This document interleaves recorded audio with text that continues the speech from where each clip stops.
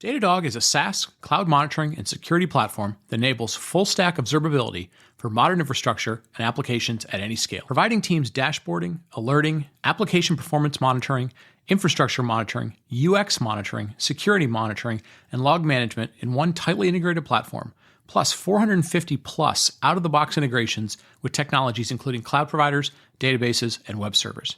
Aggregate all your data into one platform for seamless correlation, enabling teams to troubleshoot and collaborate together in one place, preventing downtime and enhancing performance and reliability. Get started with a free 14-day trial by visiting datadog.com/cloudcast. That's datadog.com/cloudcast. Cloudcast Media presents from the massive studios in Raleigh, North Carolina. This is the Cloudcast with Aaron Delp and Brian Gracely, bringing you the best of cloud computing from around the world. Good morning, good evening, wherever you are, and welcome back to the Cloudcast. We're coming to you live from our massive Cloudcast studios here in Raleigh, North Carolina. And it is Aaron for what will probably be our last interview show of the year. It is hard to believe another year has come and gone. Simply amazing. But just wanted to say very quickly, thank you, everyone out there. Thank you for listening. Thank you for telling a friend. And coming up right after the break, we're going to be talking about SaaS Analytics and a little bit of a different spin on this one as well. A little bit of talking about it, building it into existing SaaS applications. And also, what do you do around security and compliance and items like that? So with that, we're going to jump right into that right after the break. Are you looking to stay ahead of the curve in the latest trends in enterprise tech? Look no further than the Breaking Analysis podcast with Dave Vellante. This data-driven program dives into the most important topics facing the enterprise tech industry today. With a data-first approach that leverages ETR's renowned surveys of IT decision-makers and insight from the CUBE community, Breaking Analysis delivers in-depth research on the most important topics facing technologists and IT buyers. Whether you're a business leader, an IT professional, investor, or just an avid follower of the industry, this podcast is a must-listen. Just search Breaking Analysis Podcast wherever you get your podcast and tune in today to stay ahead of the game in enterprise tech. And we're back. Aaron, how are you today, man? I'm doing good. How are you?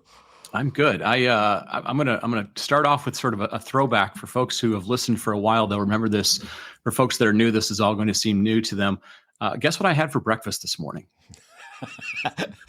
Other than your Diet Coke, what else?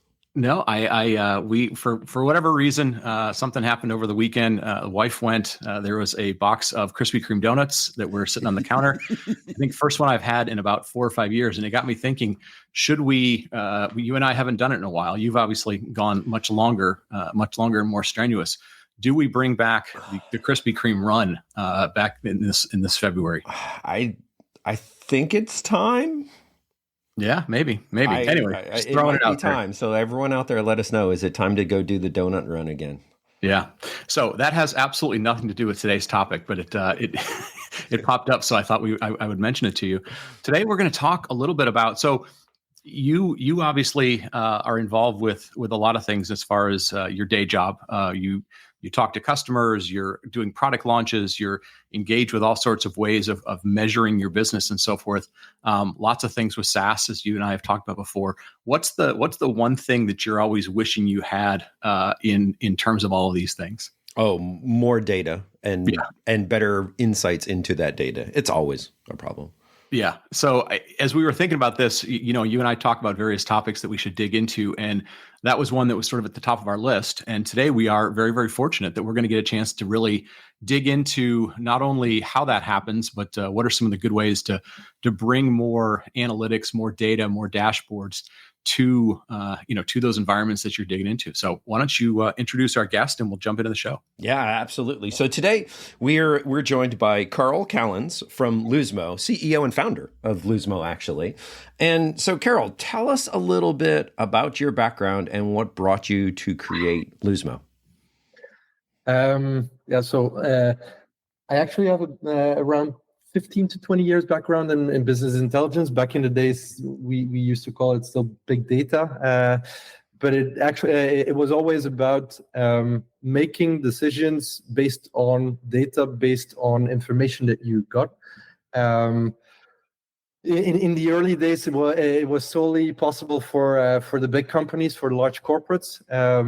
But when I was working for these large corporates, actually in IT consulting, more and more medium-sized companies came up to me and said, "Hey, Karel, what you're doing with these large companies, is there a way that we could do it as well? We're generating quite some data, we're storing it in a good way.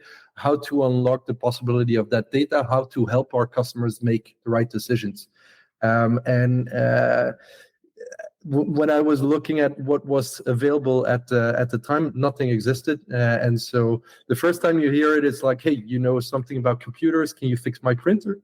But after hearing it for the 20th or 30th time, you start thinking, "Hey, there might be something in that market. It's a market that is underserved," and it led to the creation of Luzmo, which at the time was still called Cumul.io, but we rebranded to Luzmo, and we started focusing really on data-driven decision-making. So not just solely on data visualization and dashboards, but really unlocking that power of data-informed decisions, of how can you make better decisions based on the data you have at hand. Right now, we're doing this for SaaS companies mostly, where we're providing them a building block for unlocking that data to their end customers. So really providing customer-facing insights.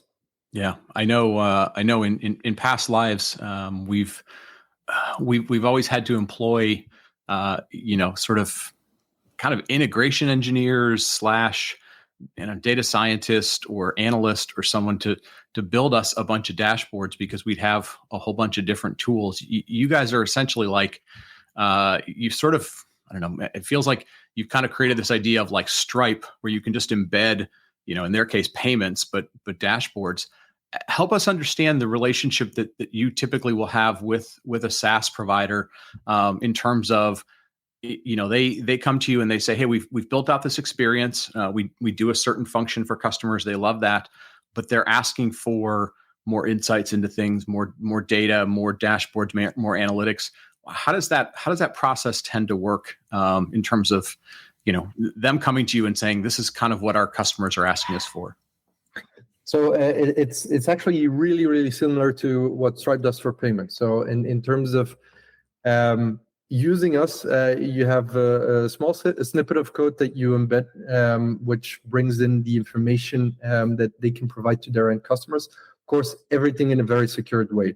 What you tend to see is that they already built something out, or they have a CSV at hand, or an export that they can give to, or sometimes a third-party tool where they send their end customers to.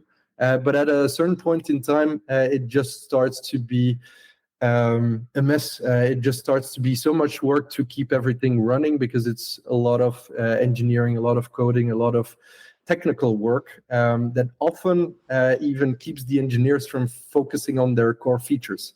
And so that's why we built a building block for embedded customer-facing analytics, which helps them save time, because here it's a low-code tool. You embed it in a secure way, and it actually allows the people that interact the most with the customers to build these dashboards. Because what you often see in SaaS companies is they get a request of their customer. "Hey, we want some insight in what we're doing on XYZ," and then you have a product manager reflecting on the solution. They go to the engineer starts building it, they show it to the customer, and then typically what happens is, "Hey, I like this, but can you also provide me information on this or on that?" And so every type of info often leads to value, and if they see value, they start asking the next question and the next question. And then at a certain point in time, it can be so daunting, especially in an engineering way, to follow up. And that's the reason why we build our building block, because it allows the product managers, it allows the account managers, it allows the CSMs to build the dashboard specifically for their customers. And in some cases, it even allows the power users on the customer's end to create their own dashboard, because what we often see is they flesh out the first template dashboards, which they provide to all their customers. And when customer A logs in, of course, they only see their data, customer B, etc. But often you see customer A is satisfied with what they see, but another customer that is further along the route of using their tool suddenly start asking for more and more and more, up until a point that they say, hey, in our platform, we have this environment, this analytical environment, where you can build your own dashboards based on the data that we have. And so we're acting as that building block, always white labeled. So our end customers, the SaaS companies, they have that analytical tool built inside with their branding, their styling, and can provide the information needed for their end customers to make better decisions. And they often go one step further than you would typically see when creating a first dashboard, and that's the link to making it actionable, because it's one thing to gather information, another thing to visualize it, but what are you doing with the insights that end customers get from it? And ideally, you have them interacting with the dashboard and having actions from that dashboard in the platform, and vice versa. And so that's what we do for our bread and butter. Yeah. And Karel, so it's really fascinating because it reminds me as well, like just in general, in the observability space, there, as you mentioned, there's like two phases. One is actually recognizing the trend or the issue or what the insight you're trying to provide. And then two, how do you go ahead and make that actionable? And so I really like that analogy of like all the folks that have been out there in the observability space. It's always insights into the data and what we're trying to expose there. But the flip side of that I always think about when it comes to this, especially in a white label situation, is how is security handled? How is access to the data handled to make sure the data isn't exposed in a way that it shouldn't be? Yeah, every SaaS tool dealing with data has to take this very seriously, of course. There's a lot of things at play, going from security and encryption in transit, but also in storage. But what we typically see is that our customers are already pretty savvy in that. I think regulation helped a lot in putting quite some stress on making sure that best practices are applied, that there's focus on these things. What we often see is they connect their database or their API to our services, but with role-based access. So only very select people can control the account, can add data sets that they can use. And then, of course, they expose it to their end customers, but again, in a role-based or feature-based or any metadata-based security way. So what they actually do, because we provide customer-facing analytics in a multi-tenant way, is that for every customer that logs in, a secure token is created. And that token contains the metadata information on how the data that is offered to them is filtered. So let's say that they have they're a marketing technology player providing a campaign solution for their end customers, and on one hand you have Coca-Cola, and on the other hand you have the PepsiCo brand manager or campaign manager. Whenever the Coca-Cola manager logs in, they provide a secure token that mentions, hey, this is the campaign manager in the US working for Coke Zero, for example, which makes that all the data will be filtered purely on the product of Coke Zero, only for the region of the US, for that specific person. So they can tailor the security and the access that people have to data specifically in our tooling while using their own security systems. It's a bit like, actually, the analogy with Stripe is perfect. Why? Because we're using the authentication and the control mechanisms at play, so they don't have to transfer all that data to us, but we use it immediately with the same controls.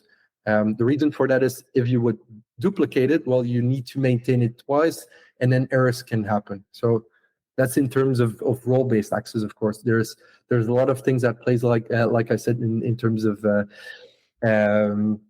securing the data, sometimes also anonymizing it, only showing the aggregate data. It really depends on the use case of the SaaS tool at play, and how they expose that data to their end customers. Yeah. What you mentioned use cases. What are some of the most common types of use cases that the SaaS providers are asking you to to create dashboards and visualizations for? Well, actually, so they create the dashboards and the visualizations in our tool. We don't create it for them, but the typical use cases that they have range from, and it's often in steps. The first thing is, okay, a dashboard with the most important key metrics for the end customer to see how they're doing as a business inside the platform of our customer. Second one is, okay, what are the supporting metrics?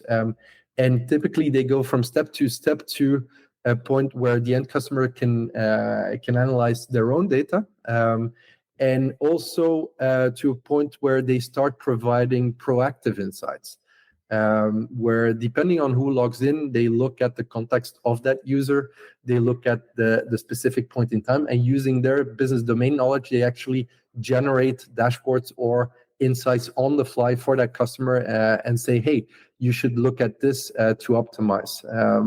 So it goes from very simple insights to very complex and to very proactive and sometimes even prescriptive insights. You really should tackle this because some things are not moving in the right direction.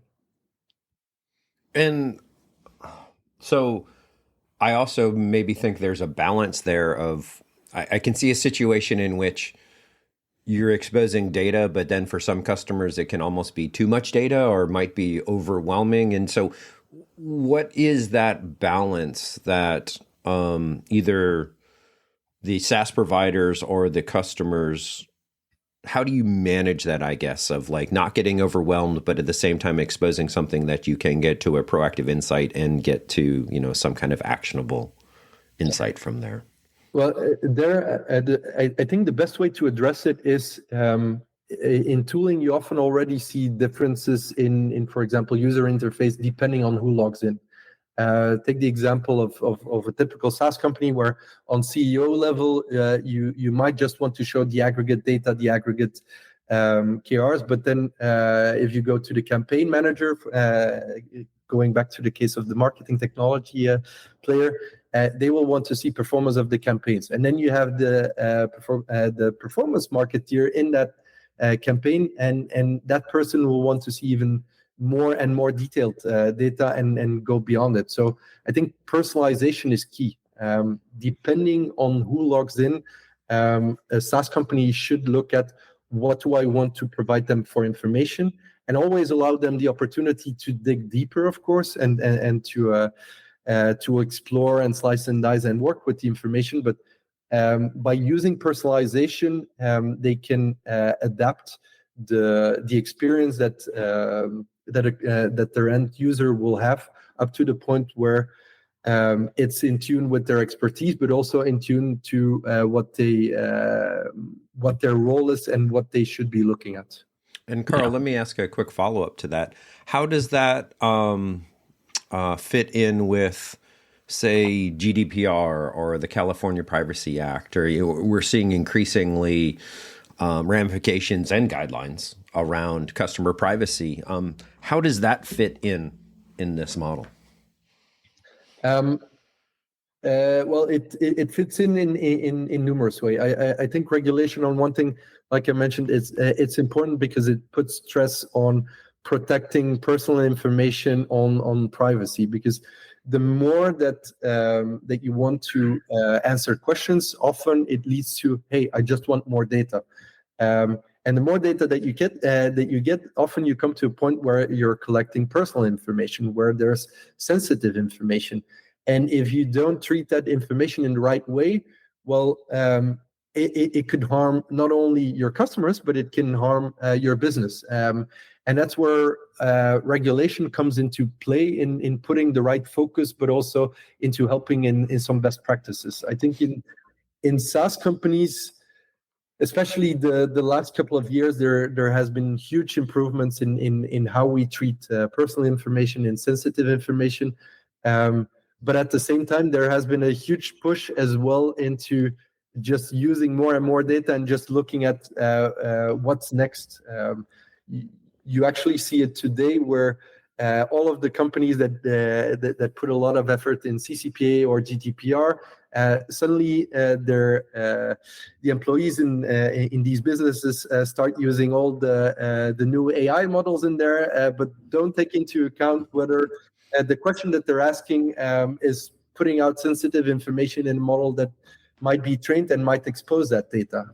And so I think it's always important to have very good training within your company on how to treat sensitive information, having role-based access in there as well, but also making sure that you comply to regulation, because often complying to regulation means that you already have put in place some good best practices.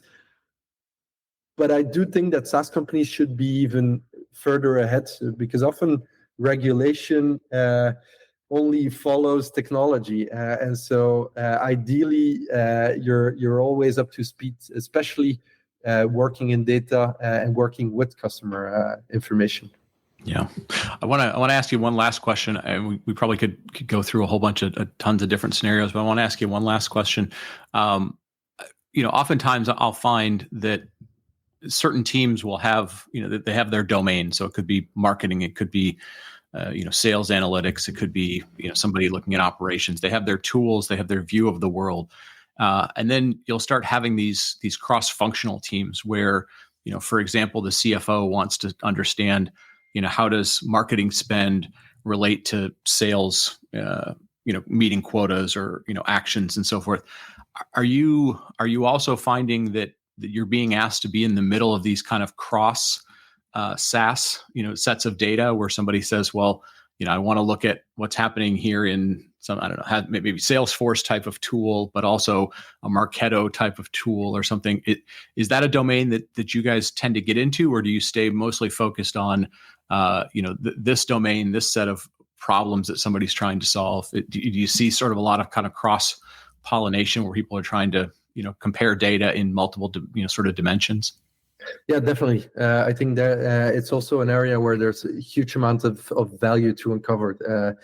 And it often lies into combining data from multiple sources. And sometimes it's easy to combine because let's say there's a clear customer identity that you can use to combine and to get more valuable information around it. Sometimes it's a little bit more difficult, but then it can still make sense to show them next to each other.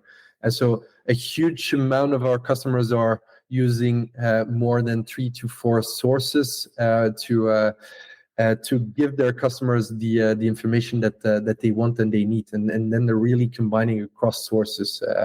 We purposely built our query engine to be able to tackle more than one source within one dashboard as well. So it means that you can combine Salesforce information with a local categorization that you did with your own API on usage, for example. And often that uncovers huge amounts of value for the end customers.